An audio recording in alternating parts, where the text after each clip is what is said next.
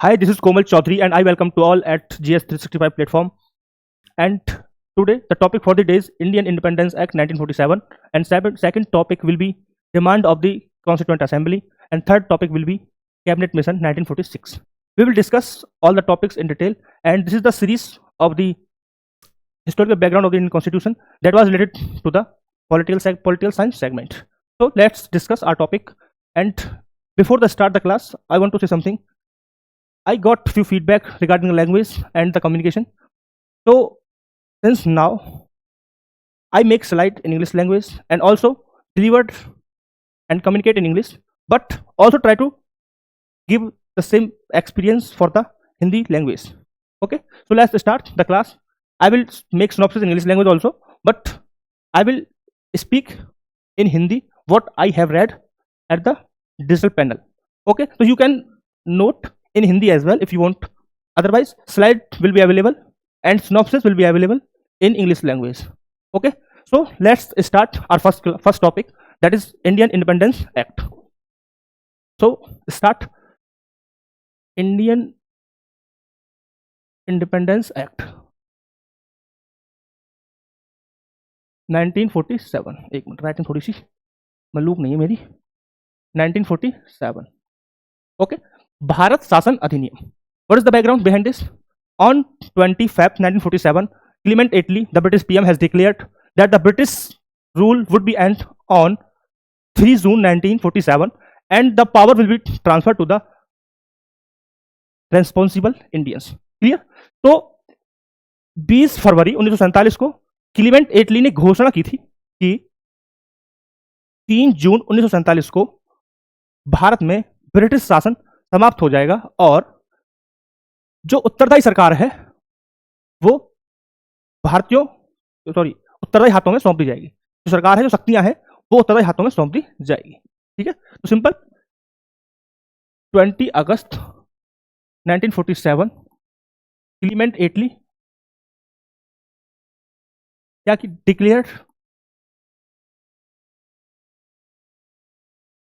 Declare and of the British rule on 3 June 1947. Clear? And power will be transferred to the responsible Indians. And power will be transferred to the responsible hand. यानी कि declaration में क्या था कि शासन समाप्त हो जाएगा और जो सरकार जब शासन खत्म होगा तो शक्तियां किसके हाथ चली जाएंगी? जिम्मेदार या उत्तरदायी हाथों में चली जाएंगी. क्लियर? अब देखो, जब ये डिक्लेरेशन आया था तो मुस्लिम लीग ने इसका अपोज किया. ठीक है, देखते हैं आगे क्या हुआ. Muslim League oppose this.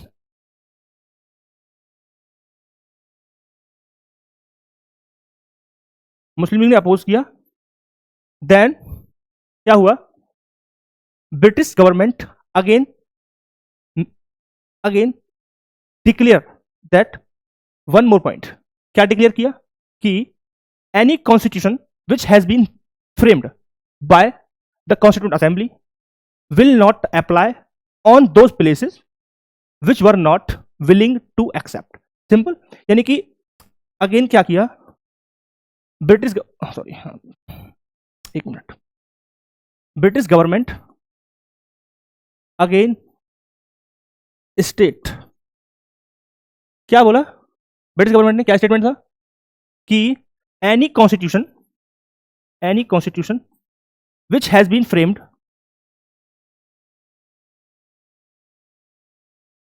by the constituent assembly will not applicable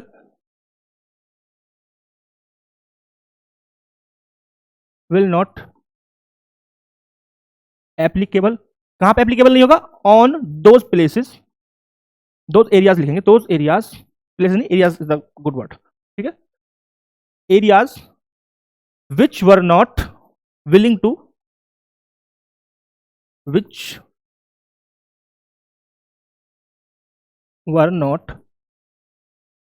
to accept. बहुत सिंपल वर्ड में समझ लीजिए, ब्रिटिश सरकार ने कहा था, दूसरा स्टेटमेंट जो है इसमें ब्रिटिश सरकार कहना था कि कोई भी संविधान जो संविधान सभा द्वारा बनाया जाएगा उन क्षेत्रों में लागू नहीं होगा जो क्षेत्र उसको स्वीकार नहीं करते हैं। बहुत सिंपल समझ में आया? ठीक है, क्लियर? यहां तक आई होप बहुत क्लियर तरीके से मैंने आपको बताया। चलो मैं छोड़ देता हूं, नेक्स्ट पेज जाएंगे। ठीक है, नेक्स्ट क्या है? नेक्स्ट जब ये सब चीज हो गई तो this the clause where Muslim League has a scope to create a another nation, another dominion. ठीक है, this the clause where the Muslim League has an edge. ठीक है, so what will the next on the same day, when was that statement passed? On the same day, the Lord Mountbatten, the Viceroy of the India, put forth with the partition. यानी कि जो बात एक indirect तरीके से कही जा रही थी अभी कि ऐसे एरिया जो चाहते हैं कि संविधान को हम नहीं अपनाना चाहते हैं, अब वो क्लियर हो गया था कि पार्टीशन होगा। यानी कि on the same day Lord Mountbatten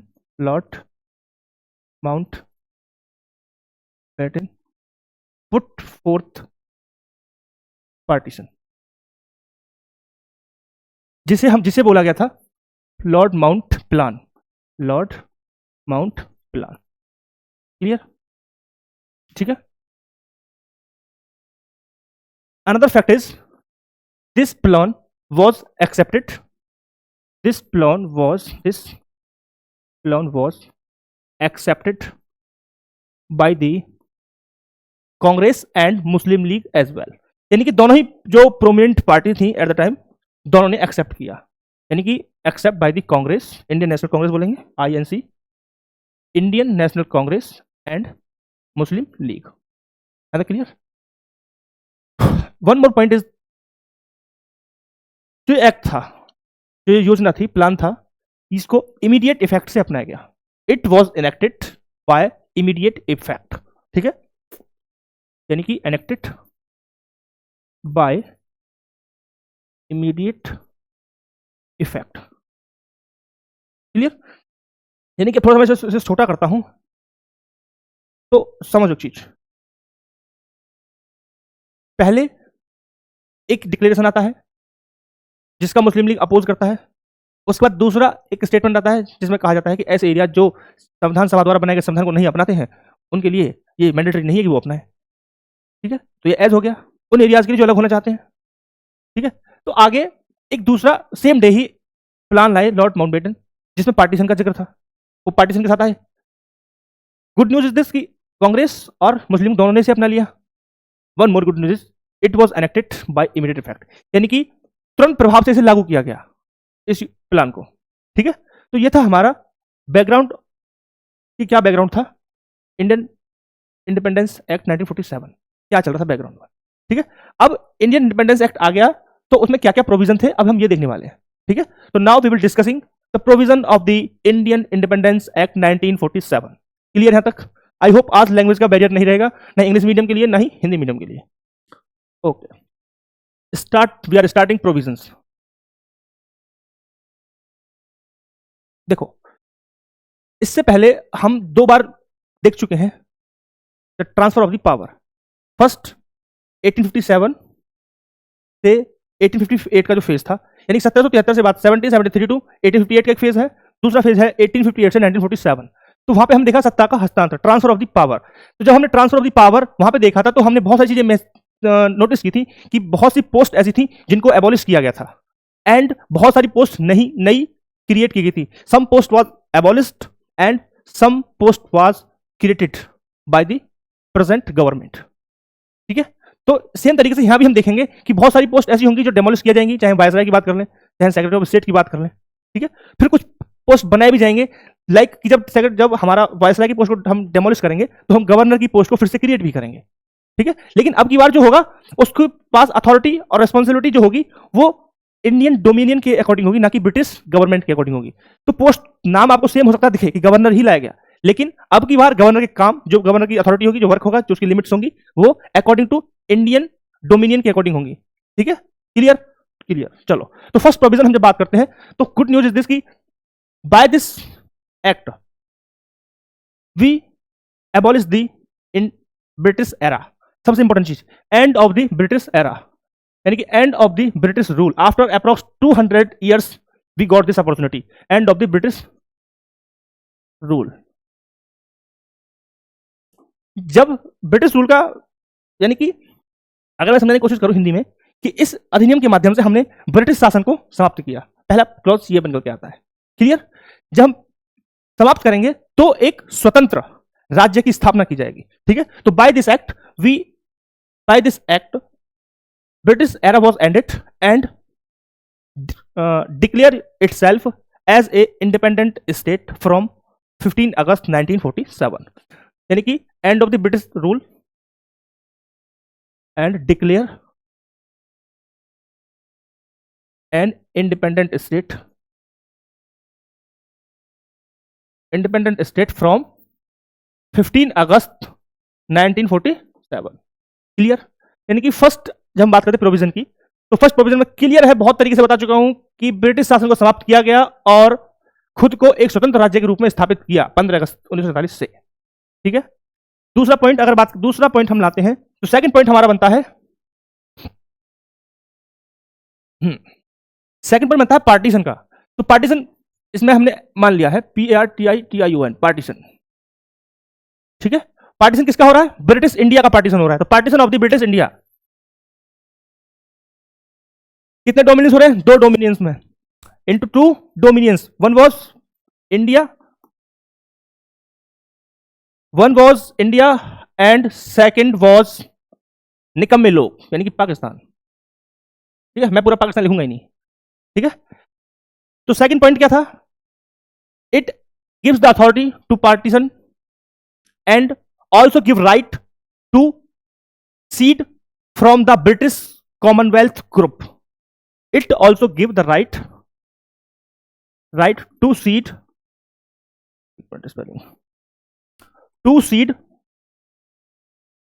from the Commonwealth group, British Commonwealth Group. This is nothing. This is the only group where the colonies are as a registered, समझ सकते हैं। यानी कि देखिए कुछ ग्रुप, ऐसा ग्रुप था जिसमें जो ब्रिटिश सरकार की कॉलोनी थी उनको सदस्यता दी गई थी। ठीक है, क्लियर? यानी कि इस अधिनियम के माध्यम से भारत को, जो ब्रिटिश भारत था, उसको 2 डोमिनियन में बांटा गया और उन डोमिनियन को अधिकार दिया गया कि वो चाहे तो खुद को ब्रिटिश कॉमनवेल्थ ग्रुप से भी अलग कर सकते हैं। क्लियर? आई होप कि सेकंड पॉइंट बिल्कुल क्लियर है सभी का। क्लियर? ठीक है, अब हम चलेंगे थर्ड पॉइंट के पास। ठीक है, तो थर्ड पॉइंट है हमारा, थर्ड पॉइंट है हमारा abolish of the office of viceroy. जैसे कि मैंने अभी बात की थी कि बहुत सारी पोस्ट हम हटाएंगे और बहुत सारी नई पोस्ट हम ऐड भी करेंगे, तो अब की बार नंबर आया है वॉइसरॉय का। ठीक है, तो कांग्रेचुलेशन दोस्तों वंस अगेन। तो abolished of the office of viceroy,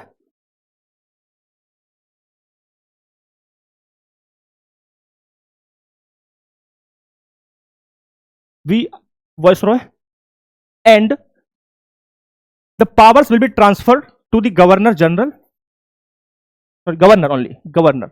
It was not general, it was only governor. ठीक है, तो abolish the office of viceroy and the power of the viceroy was transferred to the governor of each dominion. Clear? Okay. ठीक है, तो viceroy का जो पद था उसे हटाया गया और गवर्नर का एक पद बनाया गया जो अलग अलग डोमेन के लिए अलग अलग था। क्लियर? अब बात आती है अपॉइंटमेंट की कि उनका अपॉइंट कैसे किया जाना था। ठीक है, गवर्नर अपॉइंट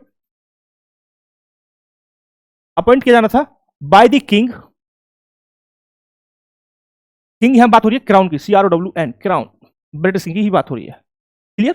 यानी कि अपॉइंटमेंट अभी भी किंग के द्वारा ही किया गया था, बट अब की बार जो किंग वर्क कर रहे हैं वो कर रहे हैं on the advice of new cabinet of dominion. Clear? यानी कि जो अपॉइंट करेंगे on the advice of new dominion cabinet. I hope I am very clear कि वॉइसरॉय का पद हटाया गया और गवर्नर का पद बनाया गया। अलग अलग डोमेन के अलग अलग गवर्नर थे और उनको जो उनका जो अपॉइंटमेंट था वो किंग द्वारा किया गया था। किंग को जो एडवाइस किया था, किंग को एडवाइस किया गया था, एक मिनट देना भाई, क्या हो गया, हाँ ठीक है। तो किंग को जो एडवाइस देना था वो देना था, किसकी एडवाइस पे अपॉइंट करना था, जो डोमिनियन की कैबिनेट थी। क्लियर, चलिए चलो समझ में आ गया। नेक्स्ट पॉइंट हम चलते हैं आगे।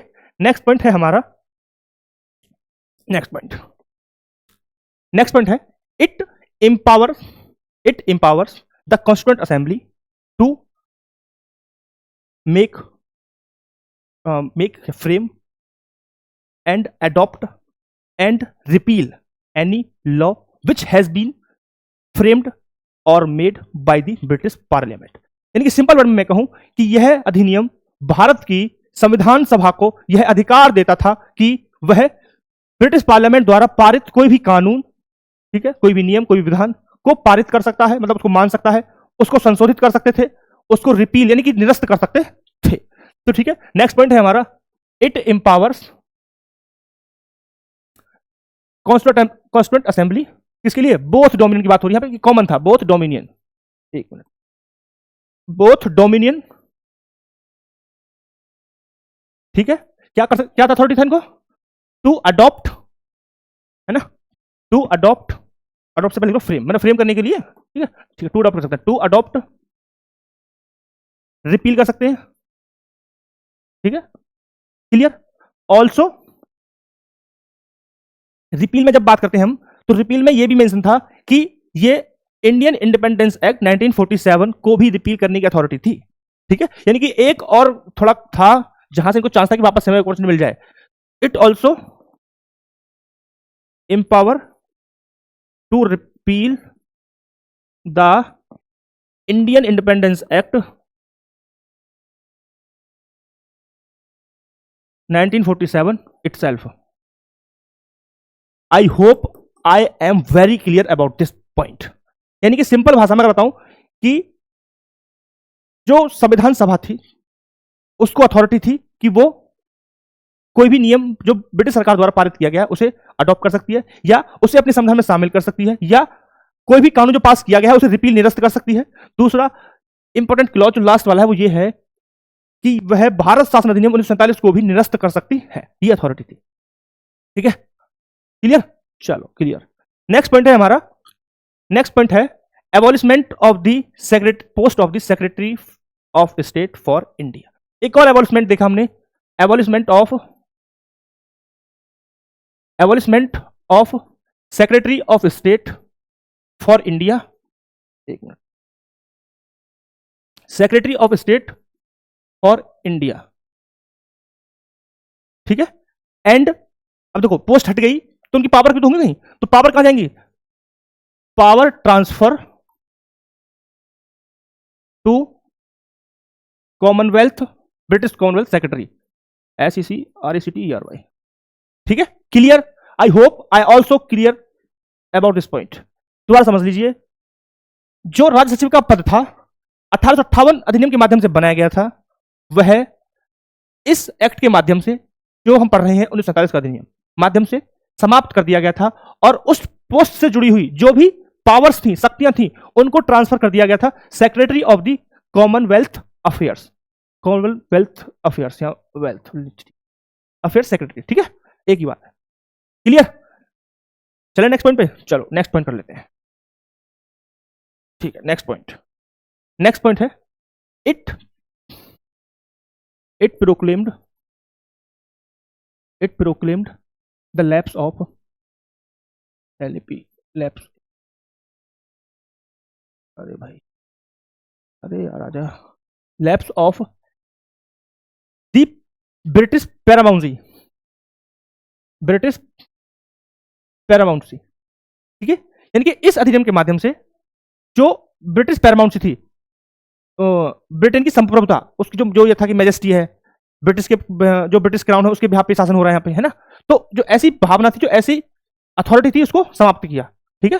तो इट क्या हुआ, समाप्त किया ब्रिटिश पैरामाउंसी, भारत जो ब्रिटिश, भारत नहीं कह रहा हूं, ब्रिटिश संप्रभुता को समाप्त किया, ये समझ सकते हैं, ठीक है। किसके लिए, वो ट्राइबल्स के लिए, सॉरी, हाँ ट्राइबल्स के लिए, जो ट्राइबल्स का रिलेशन था, ट्राइबल्स, क्योंकि ऐसा होता था जो प्रिंस, इस तरह के शासन था कि गवर्नर हो गए एक तरफ, चीफ कमिश्नर, और प्रिंसली स्टेट से अलग शासन, तो रिलेशंस, एंड ट्राइबल्स थे अलग रिलेशन, तो ऐसे स्टेज में रिलेशंस थे, ठीक है। तो इस एक्ट के माध्यम से ही जो ट्राइबल्स और प्रिंसली स्टेट थे उनको संप्रभुता दी गई, और जो उनको ब्रिटिश पैरामाउंसी वाला जो टैग था वो हटा दिया, सिंपल ऐसे समझ लो, क्लियर, ठीक है। तो ट्राइबल्स के साथ समझौता समाप्त हुआ, है ना, एंड जो प्रिंसली स्टेट थे उनको भी ब्रिटिश पैरामाउंसी का प्रयोग अब नहीं करना है, वो खुद ही पैरामाउंसी हो गए, यानी कि उनकी संप्रभुता, वो खुद स्वतंत्र है, संप्रभु है, अब ब्रिटिश अम्ब्रेला के नीचे उन्हें नहीं रहना है, ठीक है। यानी कि सिंपल समझ सकते हैं कि उनका जो रिलेशन था वो अब डिफाइन हो चुके हैं, अब वो खुद से द्वारा अपने रिलेशन बनाएंगे, जो अभी एक क्लॉज भी है, आगे हम पढ़ेंगे कि प्रिंसली स्टेट को एक ऑप्शन दिया गया कि वो तो स्वतंत्र रह सकते हैं, है ना, या फिर इंडियन डोमेन अपॉइंट कर सकते, इंडियन डोमेन चुने, डोमिनियन, या फिर पाक डोमिनियन जाए, या फिर स्वतंत्र, तीनों ऑप्शन दिए गए थे, ठीक है। चलो लो, वही पॉइंट लिख देते हैं आगे। नेक्स्ट पॉइंट है हमारा, next point, it granted the freedom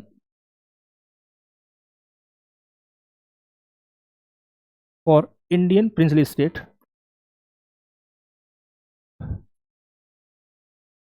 to choose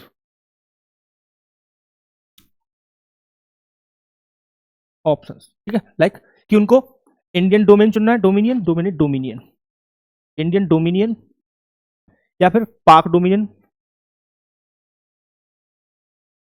third one remain independent. In simple word, it gives authority to the princely state to choose Indian domain or पाक डोमेन और remain independent, यानी कि जो रजवाड़े थे उनके पास तीनों ऑप्शन थे, वो स्वतंत्र थे, क्योंकि लास्ट पॉइंट ही बताया मैंने कि ब्रिटिश पैरामाउंसी खत्म किया गया उनके साथ, ठीक है। तो अब वो अपने जो रिलेशन है उनको दोबारा से डिफाइन करने के लिए खुद भी फ्री है, फ्रीडम है उनके पास।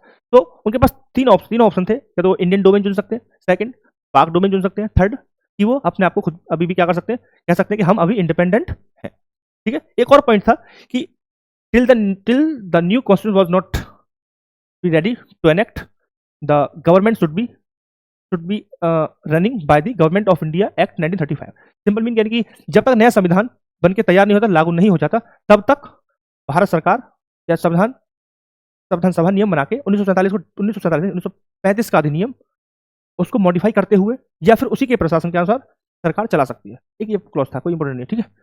तो this was the detailed analysis of the Indian independence Act 1947। Now we will go further the demand of the Indian constitution, before the demand of the Indian constitution and second topic, just a linking stage. In the midnight 14 and 15 August 1947, British rule came to an end, and the power transferred to the both dominion. One was India and second was Pak, निगम लोग, ठीक है। And the Lord Mountbatten was the first governor of the Indian Dominion, and the Pandit Jawaharlal Nehru was the first PM of the Indian Dominion. Be remember, be attentive. I am using the word Indian Dominion still now. Okay. Yes. Okay. After that, the interim government was formed. Some ministries are here. Some ministers are here. Like Pandit Jawaharlal Nehru was the PM. Okay. And the home Sardar Vallabhbhai Patel was the home minister. Okay. Labor minister Jagjeevan Ram. Finance minister Liaquat Ali Khan. Okay. These are few ministries. You can go through the Google. I will also share the list of the ministries of interim government and first government, because it is very important for the one-liner and one-day exams. Okay, so we have to very careful before the further. Okay, so I will share this in the group, so no need to worry. It will be available on the group.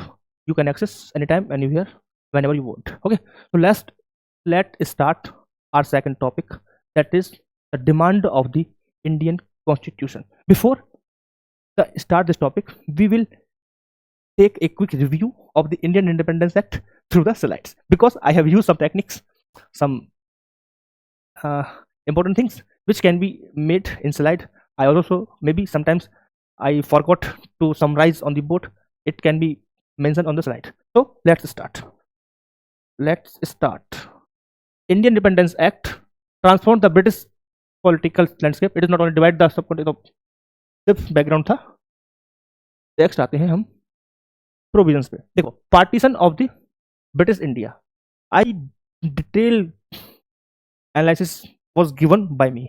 Okay, तो partition of India, the Indian independence act divided the British India in two separate dominions, India and Pakistan, with the right to secede from the British Commonwealth they choose. ठीक है, यानी कि उनके पास option है, partition हुआ, उनके पास option है कि वो ब्रिटिश कॉमनवेल्थ का पार्ट रह सकते हैं, नहीं भी रह सकते हैं। दो डोमिनियन में उनको डिवाइड किया, British India and second was Pakistan, India and Pakistan. ठीक है, and of the British sovereignty, यानी कि ब्रिटिश संप्रभुता का अंत हुआ यहाँ पे, ब्रिटिश संप्रभुता। The Indian independence Act ended the British legal sovereignty over the India, transfer the power held the British government to the new dominion state, यानी कि ब्रिटिश संप्रभुता का अंत हुआ और जो पावर्स थी वो क्रमशः जो उनकी थी, जो डोमिनियन थे उनको ट्रांसफर कर दी गई। नेक्स्ट है abolition of the office of viceroy, यानी कि जो वायसराय का पद था, है ना, जिनका ऑफिस था, उसको एबोलिश किया गया, डिटेल बता दी गई आपको। The Indian independence act 1940 abolish the viceroy. ठीक है, जो कब हुआ था, गवर्नर जनरल क्या होता है, एस्टेब्लिश एंड गवर्नर जनरल बनाए गए। ठीक है, किंग अपॉइंट कर रहा है, बताया गया आपको, on the advice of dominion, यानी कि जो मैंने सिनॉप्सिस आपको अभी बताया था सेम यहाँ पे मिलेगा, but this is the way we can provide you and this was the another way to the understand. ठीक है, एम्पावर द कॉन्स्टिट्यूंट असेंबली, ये वही पॉइंट है कि कॉन्स्टिट्यूंट असेंबली को एम्पावर किया गया। ठीक है, अलाउ किया गया उनको, constituent assembly to India and Pakistan draft their constitution. ठीक है, जहां पे वो ब्रिटिश लॉ को रिपील कर सकते हैं, नया रूल है उसको बना सकते हैं। ठीक है, और अपॉइंट कर सकते हैं। दूसरा एक पॉइंट था, इसका पॉइंट जो है, एक अनदर पॉइंट है इसमें, जो इसका समरी है वो ये है कि अगर ब्रिटिश गवर्नमेंट कोई रूल बनाती है, ठीक है, एट दिस टाइम, जब तक संविधान नहीं बन रहा है, ब्रिटिश संसद से कोई रूल पास होता है, तो वो तब तक लागू नहीं होगा जब तक दोनों डोमिनियन, है ना, यानी कि अगर जैसे एक समझो, एक मिनट, जैसे कि ये ब्रिटिश, ये है इंडिया, ब्रिटिश नहीं, देखो ये है इंडिया और ये है पाकिस्तान। ठीक है, इधर से देखो, यहाँ ब्रिटिश है, इन्होंने लॉ बनाया, तो अगर भारत में वो लॉ लागू करना है तो ब्रिटिश जो इंडिया की संविधान सभा है उसको वो पहले पास करना पड़ेगा, तब वो पास होगा, अदरवाइज ये यहाँ पे एप्लीकेबल नहीं होगा। ये पॉइंट है ये वाला। ठीक है, नेक्स्ट हमारा बाउंड्री डिमार्केशन। देखो, इस एक्ट के माध्यम से बाउंड्री डिमार्केशन हो, ये पॉइंट मैंने सिनॉप्सिस में नहीं बता पाया। ठीक है, so this the another benefit to go with the slide. The act establish the border of India and Pakistan, इस जो हमारे इंडिया और पाकिस्तान का जो बॉर्डर है उसका डिमार्केशन हुआ है वो इस एक्ट के माध्यम से हुआ है। ठीक है, कमीशन कौन सा था सर, रेडक्लिफ कमीशन था। ठीक है, abolishment of secretary of state, ये पॉइंट आपको बता दिया गया है। फेट ऑफ प्रिंसली स्टेट, जो मैं पॉइंट बता रहा था कि ब्रिटिश परमानेंसी खत्म हुई और एक न्यू रिलेशन स्टार्ट करने का उन्हें अपॉर्चुनिटी मिला। ये है the Indian independence Act 1947 proclaimed the end of the British supremacy over the Indian princely state and treaty relation with the tribal. Princely state के साथ परमानेंसी खत्म हो गई और जो ट्राइबल रिलेशन थे वो भी खत्म हो गए। अब उनको अथॉरिटी है, फ्रीडम है टू जॉइन डोमिनियन इंडिया और डोमिनियन पाकिस्तान, या खुद को इंडिपेंडेंट भी रख सकते हैं। ठीक है, तो ओवरऑल जब चाहे आप पढ़ सकते हैं स्लाइड्स, तो सेम चीज आपको दी गई है। गवर्नर जनरल अपॉइंटमेंट सेम है, governor appointment, discontinuation of the civil service appointment. The Indian independence Act 1947 abolish the civil service appointments. ठीक है, अपॉइंटमेंट डिमोलिश कर दिया गया। Post reservation by the secretary of state for the India, member of civil service appointed before August 47 would be continue, यानी कि जो civil सेवा में काम कर रहे थे उनकी सर्विस लगातार, मतलब वो जो चीज उनको मिल रही थी वो लगातार उनको मिलती रहेंगी, ऐसे उनको डिसकंटिन्यू कर दिया गया। ठीक है, यानी कि जो पर्सन 15 अगस्त 1947 से सिविल सेवा में थे उनको जो सर्विस मिल रही थी सरकार की तरफ से वो लगातार मिलती रही 15 अगस्त 1947 के बाद भी। क्लियर, चलो नेक्स्ट है and of the colonial rule.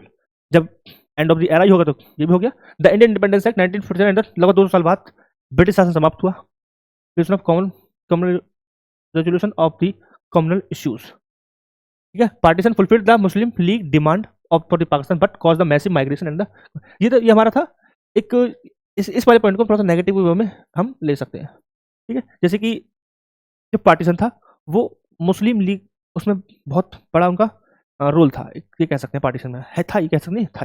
ठीक है, तो उससे हमारा क्या हुआ, मुस्लिम लीग की डिमांड तो पूरी हो गई लेकिन उससे क्या हुआ, मैसिव माइग्रेशन हुआ और वायलेंस हुई। नेगेटिव ले सकते हैं इसे। ठीक है, तो ये नेगेटिव पॉइंट ही थे। Influence of decolonisation, foundation of development, change of the मतलब ये अभी आज के कॉन्टेक्स्ट में से हम समझ सकते हैं, बिकॉज मैंने स्लाइड बनाया था कि आज के कॉन्टेक्स्ट में थोड़ा सा हम इसको जान लें। ठीक है, चलो पार्टीशन ऑफ वायलेंस सब आप पढ़ सकते हैं, जो मैंने आपको बताया वो सब चीज़ आपके यहाँ पे दी हुई है। नेक्स्ट है हमारा topic constituent assembly. Now from sorry since now we are starting the another topic that is constituent assembly. Clear? तो अब हम स्टार्ट कर रहे हैं भारत के संविधान सभा। तो फर्स्ट पॉइंट हमारा है कि कॉन्स्टिट्यूएंट असेंबली होती क्या है। The constituent assembly is an institution specifically conceived और टू डिजाइन और अमेंड ए कॉन्स्टिट्यूट, यानी कि ऐसी सभा जो स्पेसिफिकली डिजाइन की गई है, ठीक है, विधान बनाने के लिए, और जो खुद में क्या है, उसके पास अथॉरिटी है। सिंपल। तो लोगों का ऐसा समूह जिसके पास अथॉरिटी है एक विधान बनाने की, ठीक है, वो डिपेंड करता है वो विधान क्या बना रहा है। ठीक है, अगर कोई कोई ग्रुप संविधान बना रहा है तो वो संविधान सभा हो गया। ठीक है, कोई अगर जैसे कि अभी आज की डेट में हम प्रेजेंट की बात करें तो जैसे कि हमारा ये है पार्लियामेंट, ठीक है, तो भी संसद है, संसद बोल रहे हैं, उसको तो हम बोलते हैं विधानसभा। विधानसभा में स्टेट लेजिस्लेटिव की बात नहीं कर रहा हूँ, यानी कि विधान बनाने वाली सभा, ऐसे बात कर रहा हूँ।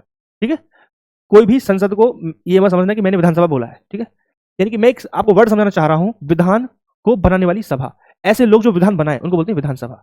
ठीक है, क्लियर? तो उसी तरीके से संविधान को बनाने वाली सभा तो संविधान सभा, ऐसे समझ सकते हैं। ठीक है, चलो थोड़ा टाइमलाइन समझते हैं संविधान सभा को लेकर, टाइमलाइन क्या थी। ठीक है, during the Indian freedom movement एक वॉइस था सेल्फ डिटर्मिनिज्म। ठीक है, फर्दर जब हम आगे आएंगे 1922 में, in the 1922 Mahatma Gandhi also stated that the word Swaraj, स्वशासन, है ना, the meaning of the word is the rule, the principles, the idols should be declare by your self.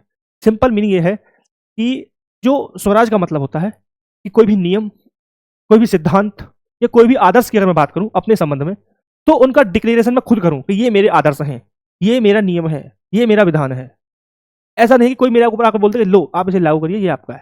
यानी कि कोई ये बोलते कि आपको कल से ये काम नहीं करना है, ये सुशासन नहीं है। सुशासन नहीं है कि मैं खुद से अपनी चीजें खुद तय करूं। ठीक है, तो यहां से हम देखते हैं 1922 में हम देख रहे हैं कि एक स्वराज का जो वर्ड है वो महात्मा गांधी जैसे बड़े नेता के द्वारा भी प्रयोग किया जा रहा है। ठीक है, तो एक बैकग्राउंड तैयार हो रहा है भारत के स्वतंत्रता आंदोलन के साथ ही, यानी कि during the Indian freedom movement a voice of self determinism was present, a voice of swaraj was present. It was also used by the Mahatma Gandhi, a prominent leader of the Indian National Congress. So this is the core root of the demand of the Indian Constituent Assembly. Clear? This is the timeline. After that we have a specific number and figure and dates. Okay, so 1934 the first leader M.N. Roy, it was the pioneer of the communist leader. It was the communist leader, and it was the first person who has the idea of the Indian Constituent Assembly.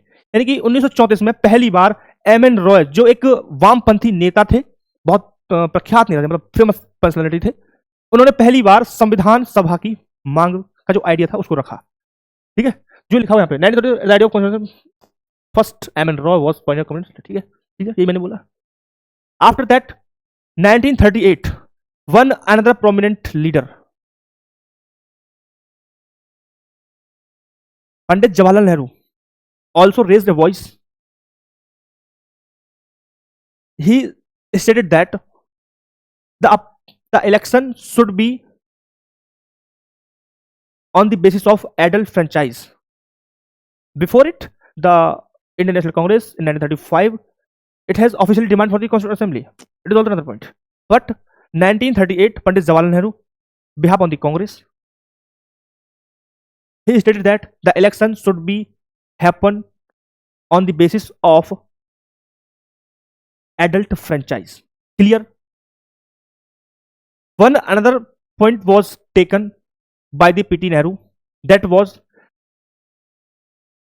the constitution should be framed of free India by the Indians. It simply means that it should be framed without interference of outsiders, यानी कि without outside interference the constitution should be framed. It was also stated by the PT Nehru. ठीक है, तो पंडित जवाहरलाल नेहरू ने, जब हम बात करते हैं घटनाओं की, तो घटना जब हम बात कर रहे हैं 1934 में बात की थी एम एन रॉय ने। 1935 में भारतीय राष्ट्रीय कांग्रेस ने एक ऑफिशियल औपचारिक रूप से मांग रखी कि हमको संविधान सभा चाहिए।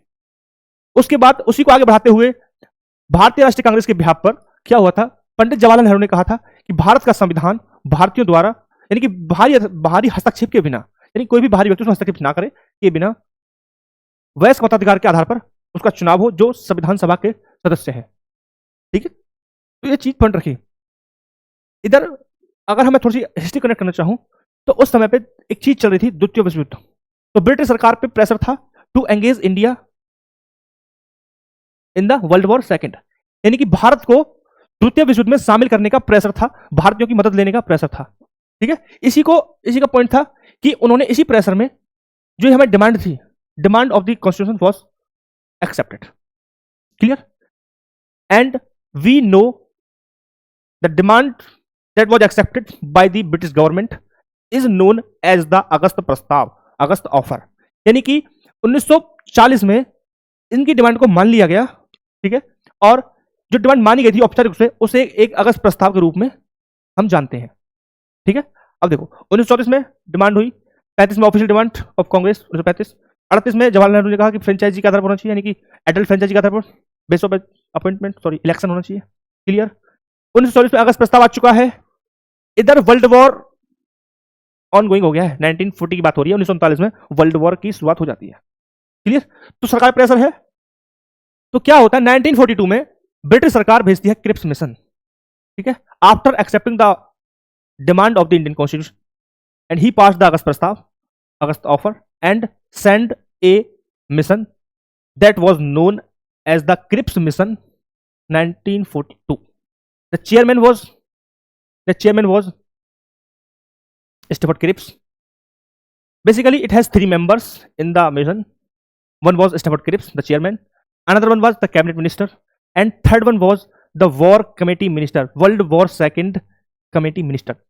This is the level they want to engage with us to do, यानी कि वो हमें उनको इतनी जरूरत थी उस समय पे कि वो उनका जो कमेटी आई थी, क्रिप्स मिशन आया था, उसमें भी एक मेंबर, विश्व युद्ध का जो उनकी कमेटी थी उस समय पे, उसका एक मेंबर आया था।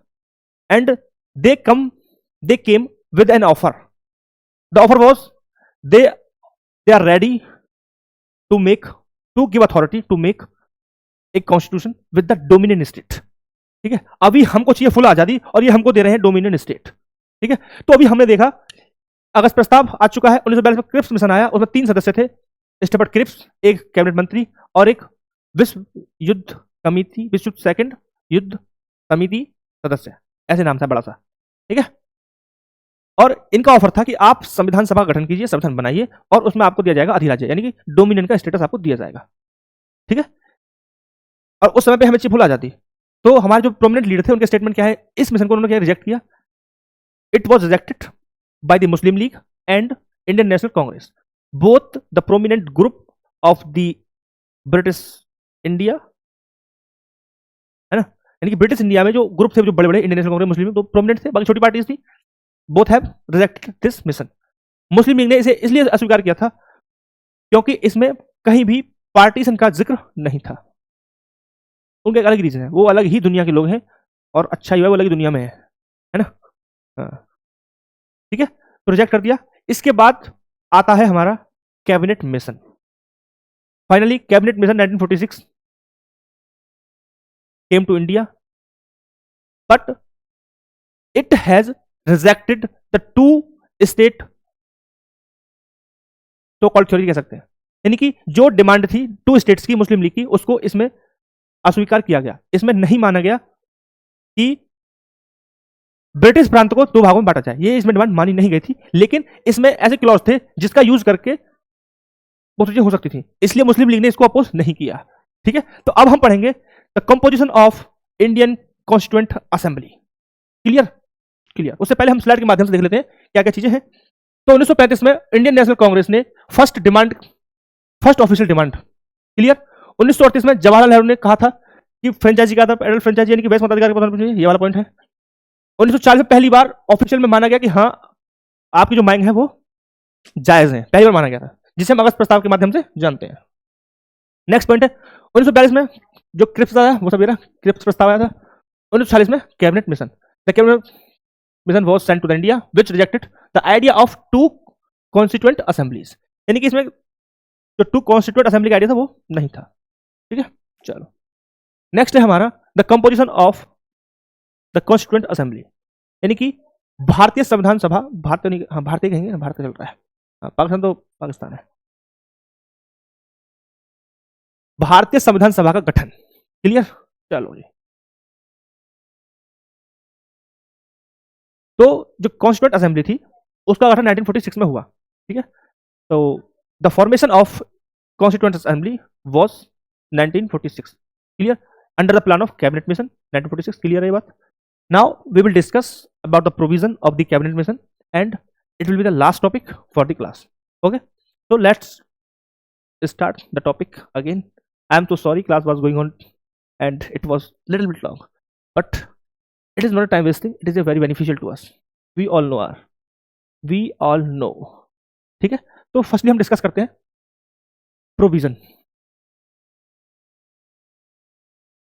Provisions of the cabinet mission. We all know ना कि cabinet mission was came to India in 1946. Yes. So the first point is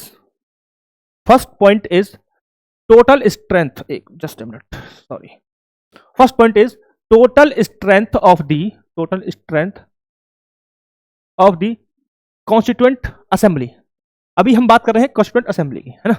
Constituent Assembly 389. Clear? It is very clear कि कुल सदस्यों की संख्या 389 होनी थी। अभी हम बात कर रहे हैं भारत के संविधान सभा का गठन, जो कि कैबिनेट मिशन 1946 के आधार पर हुआ था। क्लियर, उसके प्रोविजन की बात हम कर रहे हैं। तो पहला प्रोविजन है कुल सदस्यों की संख्या 389 होनी थी, जो दो पार्ट में डिवाइड होने थे, 296 for the British India and 93 will be for princely state.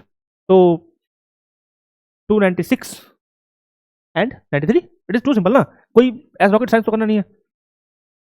It was for the British India and it was for princely state.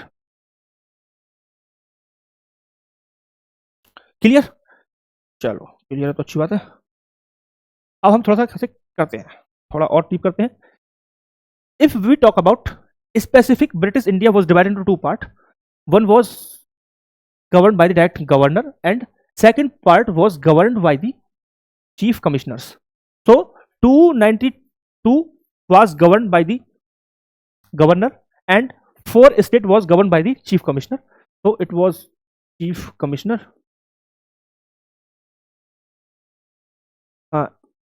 each has one seat. 11 is for, it was for the 11 state. Clear, simple mean is this कि जो 4 state है वो chief commissioner द्वारा, जो 296 सीटें थी वो हमारी थी ब्रिटिश इंडिया के लिए और 4 सीटें थी रजवाड़ों के लिए। सॉरी, हाँ 4 सीटें थी चीफ कमिश्नर रजवाड़ा नहीं, sorry I am extremely sorry. जो 4 सीटें थी वो थी चीफ कमिश्नर के लिए।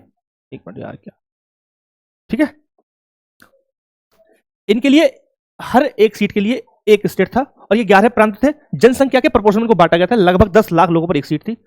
We will discuss all the thing in detail point wise, so be attentive on the class, everything will be on the board and also in your mind, so don't worry. ठीक है, अगर मैं बात करूं यहाँ पे 4 हैं, 4 स्टेट थे, तो कौन कौन से स्टेट थे? Number 1 Delhi, Ajmer, Coorg, Baluchistan. Once again recall with me, Delhi, Ajmer, Coorg, Baluchistan. I think it is clear now, clear, ठीक है।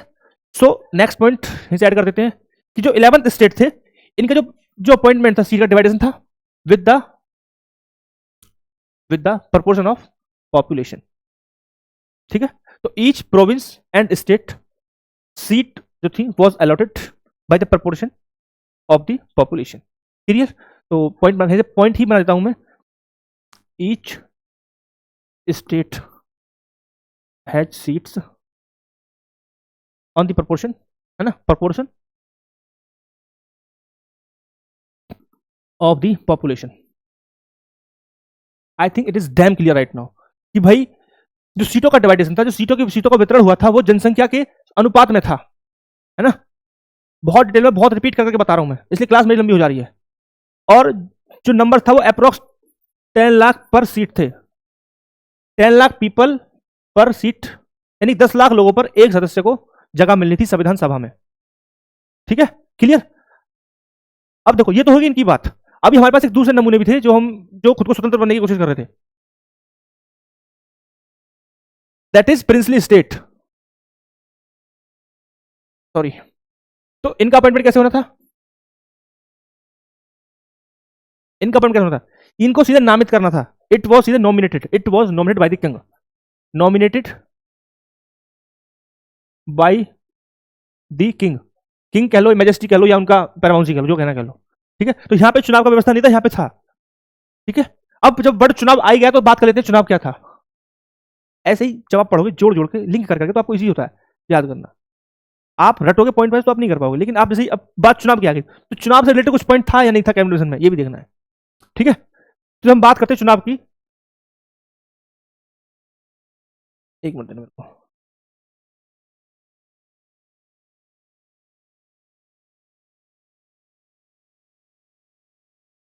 ठीक, ठीक है। हाँ, चुनाव हम कहा थे, हम थे चुनाव पे, इलेक्शन पे थे हम।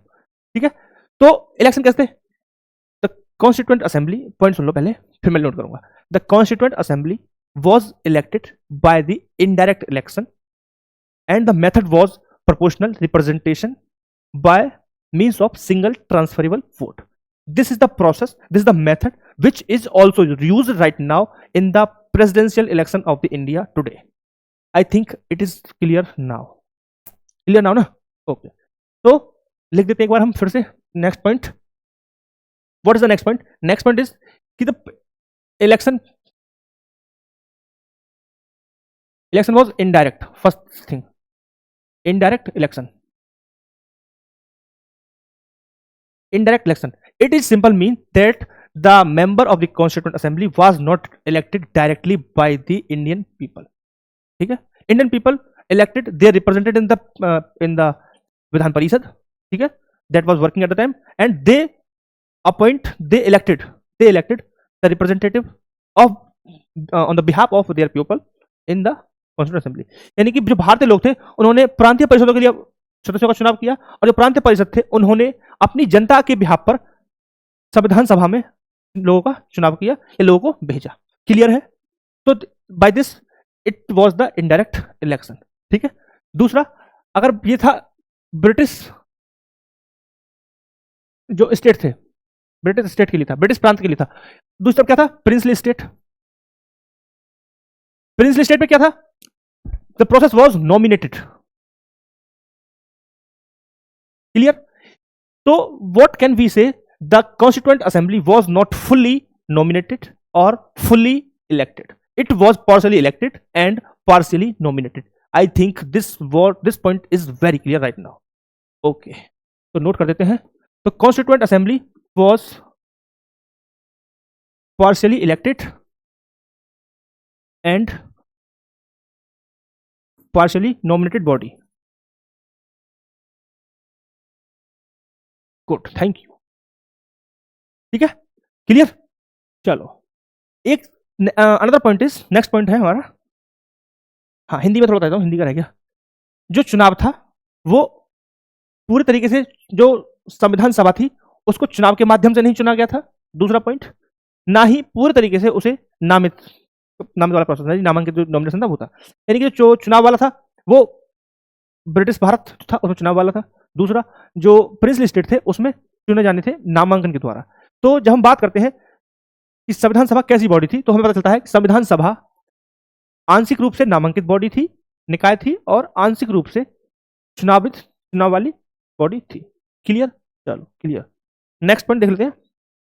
नेक्स्ट पॉइंट है हमारा सीट अलॉटमेंट। यानी कि अब देखो हमें हमें क्या क्या कवर किया हमने, देखो हमने कवर किया कि नंबर्स पहले नंबर्स कितने होने थे, नंबर्स कवर कर लिए, ठीक है। नंबर्स नंबर्स का डिवाइडेशन किस तरीके से होगा ये किया, फिर ठीक है। फिर हमने बात की, इलेक्शन, इलेक्शन होगा, चुनाव होगा। फिर हमने बात की नामांकन भी है जी। फिर हमने बात की थोड़ा सा तो क्या हो गया, पार्सली नामांकन है, पार्सली नॉमिनेटेड है, और पार्सली क्या है, इलेक्टेड बॉडी है। ये कवर किया या नहीं किया, ठीक है। तो अब हमें एक पॉइंट, कहीं ना कहीं एक चीज रहेगी, सीटों का अलॉटमेंट। इस सीटों का अलॉटमेंट जो हुआ था वो किस तरीके से हुआ था, किन किन में डिवाइडेशन हुआ था, ठीक है। तो ये नेक्स्ट पॉइंट है हमारा, allotment of the seat. Allotment of the seat था, each province was divided in the three principal, and the principal was Muslim, Sikh and Zernal. So province was divided on the in the three principal, and the principal was Muslim, Sikh and Zernal. Clear. Journal में आएंगे accept Muslim and Sikh, वो सब क्या कहेंगे general में। तो I think this point also very clear to each, ठीक है, क्लियर। चलो अब this is the basic and detail analysis of the cabinet mission provisions. यानी कि यह जो हमने जो भी पढ़ा वो सब क्या था, कैबिनेट मिशन के जो प्रोविजंस थे उनका डिटेल एनालिसिस था। बहुत सिंपल वर्ड मैंने बताने की कोशिश की है, और मुझे उम्मीद है कि आप सभी को समझ में भी आया होगा, ठीक है। अब हम बात करते हैं election of the constituent assembly. यानी कि अब चुनाव, चुनाव की संख्या कितनी होनी है ये पता चल गया, चुनाव किस तरीके से होंगे ये पता चल गया, कितने लोगों पे संख्या एक सीट बनी है ये पता चल गया, है ना। ये पता चल गया कि एक सीटों का विभाजन किस तरीके से हुआ है, कितने लोगों पे हुआ है, कितनी सीटों पे चुनाव होने हैं, प्रिंस स्टेट कैसे चुनेंगे, है ना, कमिश्नर सीट जो है उन पे कितनी सीटें हैं। हमें जो परिसीमन होता है, एक तरीके से डिमार्केशन होता है, डिमार्केशन नहीं, हाँ डिमार्केशन, हाँ परिसीमन, ठीक है, डिमार्केशन जो होता है पूरा हमें पता चल गया अप्रॉक्स पूरे एरिया का, क्लियर। तो नाउ वी आर रेडी, ठीक है। चलो तो स्टार्ट करते हैं भारत के चुनाव के बारे में, election of the constituent assembly. ध्यान रखना ये भारत के पहले चुनाव नहीं है, it is not the first election of the India, it is the election for the constituent assembly who will frame the Indian constitution, ठीक है, क्लियर। चलो स्टार्ट करते हैं election of the Indian constituent assembly. तो जी ये हो गया election of the constituent assembly, ठीक है। आप सभी को याद होगा सीट कितनी बताई थी मैंने, सीट कितनी थी। अभी एक चीज दिमाग में याद रखना, अभी पाकिस्तान बना नहीं है ना, तो भाई अभी पाकिस्तान बना नहीं है, पाकिस्तान बनेगा बाद में, अभी थम जाओ, ठीक है। तो टोटल सीट थी हमारी 296 जिन पे हमें करना था चुनाव ब्रिटिश इंडिया को, 296 सीट्स थी फॉर ब्रिटिश इंडिया, क्लियर, ठीक है। इलेक्शन वॉज हैपेंड इन जुलाई अगस्त 1946, तो इलेक्शन वॉज हैपेंड जुलाई अगस्त 1946, ठीक है। तो ये नंबर जो थे ये कुछ इस तरीके से आए थे, 296 नंबर्स थे, 208 73 एंड 15, ठीक है, इस तरीके से नंबर आए थे, ठीक है। तो 208 जो सीट मिली थी ये मिली थी इंडियन नेशनल कांग्रेस को, ये मिली थी मुस्लिम लीग को, और ये थी छोटी छोटी पार्टी लाइक कृषक पार्टी थी एक, है ना, ये बहुत छोटी पार्टी थी, ठीक है। ये बात हुई हमारी किसकी, ब्रिटिश इंडिया की, क्लियर, ध्यान से समझना, एक मिनट, ये है हमारी ब्रिटिश इंडिया। अब हम बात करेंगे प्रिंसली स्टेट। प्रिंसली स्टेट क्या कर रहे थे इस समय पे, तो प्रिंसली स्टेट के लिए सीट कितनी थी हमारे पास, 93। तो इधर आ जाओ प्रिंसली स्टेट, प्रिंसली स्टेट के पास हमारी थी 93 सीट्स, क्लियर। और एक मिनट, क्या हो गया, हाँ अब सही, सॉरी। तो जो 93 सीट्स थी इन्होंने क्या किया था, the princely state have decided to stay away from the constituent assembly and the seat was not fulfilled, seats were not fulfilled. Clear? तो यानी कि इन्होंने क्या डिसाइड किया था, stay away from the Indian नहीं बोल रहे यार, इंडियन नहीं, constituent assembly, constituent assembly, CONSTITUENT, constituent assembly, है ना, मैं शॉर्ट में लिख ही रहा हूँ। तो इससे जब इन्होंने क्या किया, प्रिंसली स्टेट टांगा सीट अलॉट हुई थी उनके लिए, और उन्होंने डिसाइड किया था कि हम संविधान सभा से दूरी बना के रखेंगे, जिससे क्या हो, seats were not fulfilled, seats were not fulfilled. I hope the difference between princely state and British India and election of the process and seat division was clear. We have partition. ठीक है, now I hope this is the clear. तो अभी के लिए 208 seat Congress के पास है संविधान सभा में, 73 सीट मुस्लिम लीग के पास है। ध्यान देना, मुस्लिम लीग चुनाव में हिस्सा ली है और 93 सीट आई है। अभी तक पाकिस्तान बना नहीं है, मैं बार बार रिपीट कर रहा हूँ। ठीक है, 15 छोटी पार्टी ने, कृषक पार्टी एग्जाम्पल मैंने आपको बताया। ठीक है, तो यहां तक अभी तक हमने क्या देखा कि चुनाव हो चुके हैं। ठीक है, इंडियन नेशनल कांग्रेस एक सबसे बड़ी पार्टी बनकर निकल के आई है। ठीक है, अब थोड़ा सा बात करते हैं फैक्ट। अगर मैं बात करूं एक सिंपल फैक्ट कि रिप्रेजेंटेशन कैसा था कॉन्स्टिट्यूंट असेंबली में, तो representation all section of the Indian society were present. चाहे हम बात करें हिंदूज, चाहे हम बात करें मुस्लिम, चाहे हम सिख्स बोले, पारसी बोले, एंग्लो इंडियंस बोले, या क्रिश्चियन बोले, SC भी बोले, चाहे हम ST बोले, all section of the Indian society were present. यानी कि भारत के जो भारतीय समाज है उसके सभी धर्म और जाति से लोग थे, धर्म से, जाति नहीं, धर्म से लोग थे। ठीक है, चाहे वो हिंदी बोले, चाहे मुस्लिम हो जाए, चाहे सिख हो, चाहे आंग्ल भारतीय हो, चाहे इंडियंस हो, चाहे ईसाई हो, चाहे पारसी हो, अनुसूचित जाति हो या अनुसूचित जाति, सब लोग उसमें शामिल थे। यहां तक कि महिलाएं भी संविधान सभा का हिस्सा बनी। एक फैक्ट था, 15 womens were present in the constituent assembly, one was Muslim, and the name of the one Muslim lady who is present in the Constituent Assembly as a member of the Constituent Assembly is Begum Azaz Rasool. It is too important, ये बहुत बड़ा नाम है, क्योंकि हमारे पास एक जो vulnerable वर्ग, जो हम कहते हैं वल्नरेबल वर्ग, संवेदनशील वर्ग होता है, उसमें महिलाओं का नाम आता है ना। तो उस समय पे स्थिति इतनी अच्छी नहीं थी महिलाओं की, फिर भी महिलाएं आगे बढ़ के आई निकल के। ठीक है, महिलाओं को मौका मिला आगे आने का, है ना, तो इसलिए बड़ा इंपॉर्टेंट है। फिर ऊपर से महिला होने के बाद वो मुस्लिम थी, फिर वो इकलौती है, तो ऐसे क्या है, दूसरा फिर क्या है, इंपॉर्टेंट हो जाता है। और many of the exams I see this, so I also inform you the one member of the Constituent Assembly that was Muslim lady and the name of that lady is Begum Azaz Rasool. ठीक है, next क्या है, next slide के द्वारा हम देख लेते हैं कुछ चीजें। ईच प्रोविंस और princely state, group state, in case आप पढ़ सकते हैं, स्लाइड सेम स्लाइड है, स्लाइड जो मैंने आपको वही चीजें हैं। ठीक है, the representation of the princely state were nominated by the head of the state, the election of constituent assembly 96, जो आपको बताएगा सेम चीज यहाँ पे लिखी हुई है। ठीक है, क्योंकि ये PPT किसी बुक से या कैसे नहीं बनेगी, ये PPT मैंने खुद अपने हाथों से तैयार किया है, कोई ऐसा नहीं है कोई अलग से तैयार कर रहा है ना। तो please ensure all the thing. तो this is the lecture for the day and thank you for watching this video. I hope you are doing well and I request you to please engage more and more with the account and share this video for your family and friends. Thank you very much for this video. Thumbs up.